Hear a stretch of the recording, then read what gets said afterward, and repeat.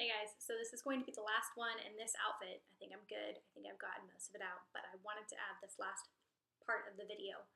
So, what are cruciferous veggies?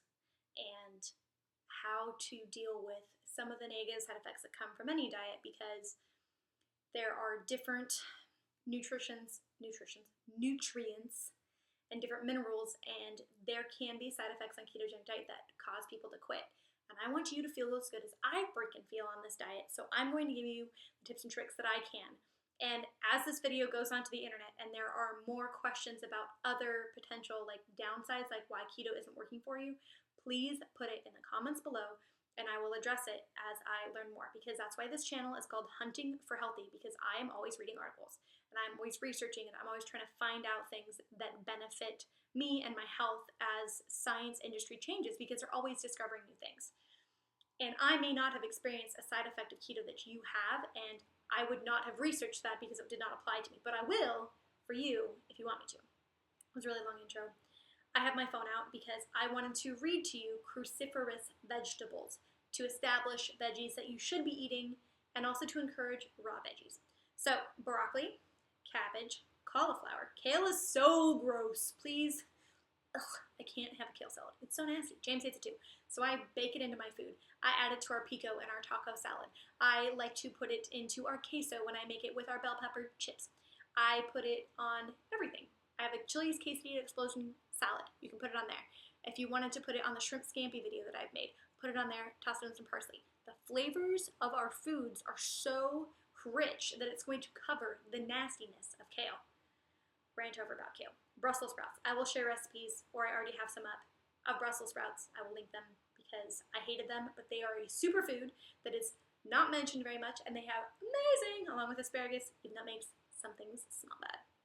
Radish, I hate them. My dad eats them straight, but I'll eat horseradish with my steak. Does that count? I don't know.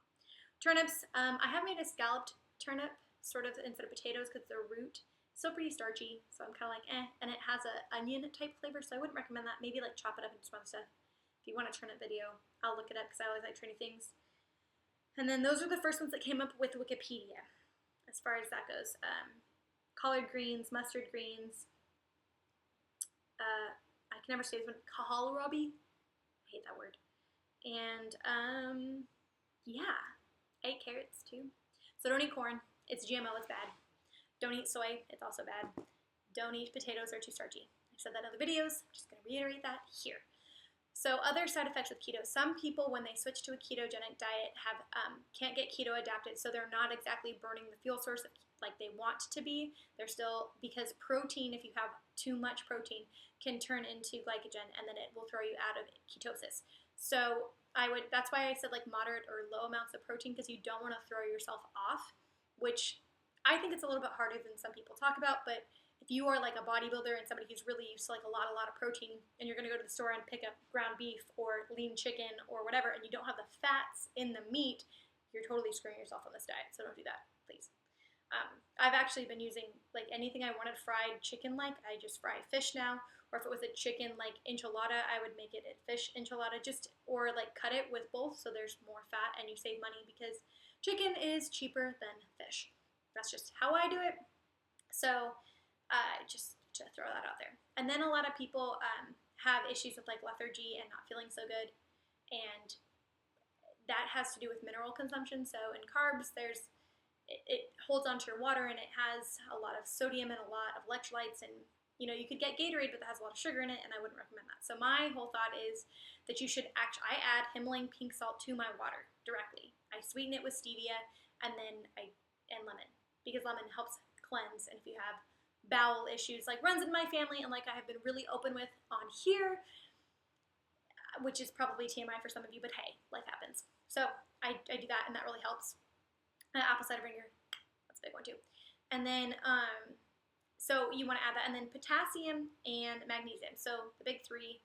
There's sometimes five, but we'll go three: magnesium, potassium, and sodium. Sodium you can add directly. Magnesium supplements exist, and potassium, and sunlight. Don't put sunscreen on. Sunlight. I do have some sun things going on. I teach some lessons. I live on the lake. Got me a tan. Don't judge me. So if you want more tips and tricks on that or specific foods that have that in it, I would recommend a whole food that has these items in it, like potassium from avocado is, in my opinion, better than like a supplement because your body knows how to process it better. And then there's also the extra added benefits of a whole food than a supplement because supplements just aren't as great. But there are magnesium sprays and it's very helpful for sleep.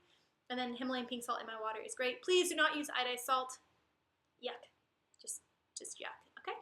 All right.